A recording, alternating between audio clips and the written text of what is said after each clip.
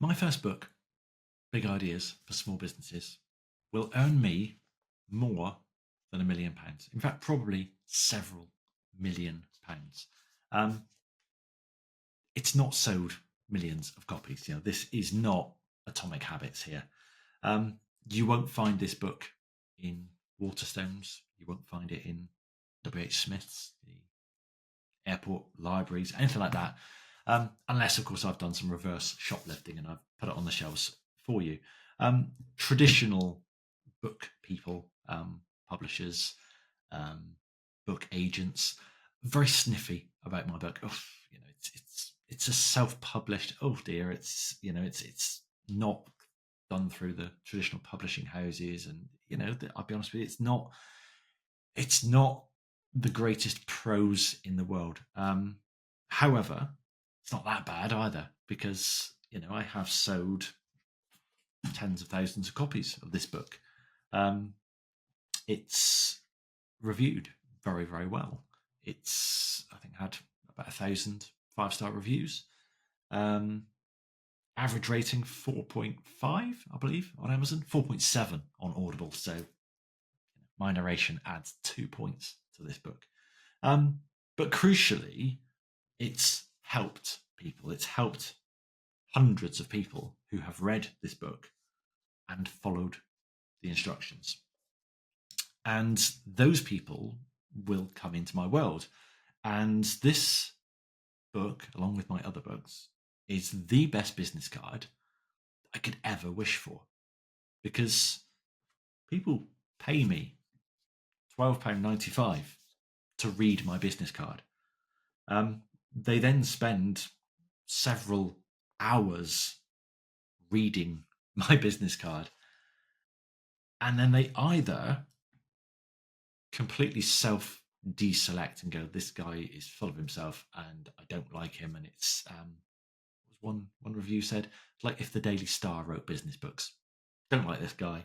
Great. Off you go.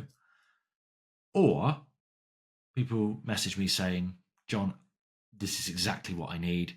This is the way I want my business and my lifestyle to be. Can we work together?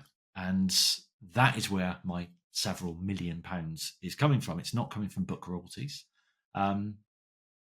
The best advice I ever had when I first published this book, I sat down with an author who had sold, I think he'd sold about 40,000 copies of his book in the previous year. So he'd done very, very well. He had earned a good 6-figure sum from book royalties from the previous year. And the first thing he said to me was, you will not get rich off royalties. He said, I was lucky. He said, you will make your money on the back end. This is a business card. And so it's proven. I don't need to be in Waterstones. I'd love to be. Hey, if you are watching or listening this and you are a buyer at Waterstones, you work there or you've got a contact there, hey, I would love to be on the shelves of Waterstones. I know this would sell well if it was on the shelves of Waterstones, but I don't need to be, and I don't need to sell X million copies. I mean, I used Atomic Habits earlier. I believe that sold somewhere like 15 million copies. That's a complete outlier, and that's not the game I'm playing. That's not really who I'm competing against. I am looking to get my books into the hands of ambitious lifestyle business owners, not the general public, not everyone with a business, those that want a better lifestyle for themselves. And the reason is that those are the people I can help. And the book is the best route to do that. Have you considered writing a book for yourself? I've just convinced my wife to write her first book. So my wife helps parents of children with needs navigate what is a broken school system. And she's just published her first book, How the School System Fails Children with Needs.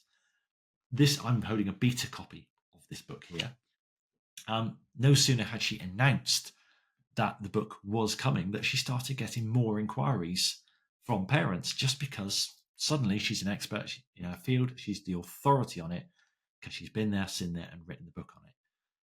I'm a huge advocate of creating a book as your greatest business card.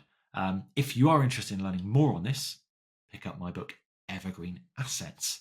I wrote in there exactly how I do that, how I've done it, and how I use my books to be the best business card that I could ever have. So, I will get very, very rich off of writing my book, but not from the way you might think it, and certainly not from book royalties.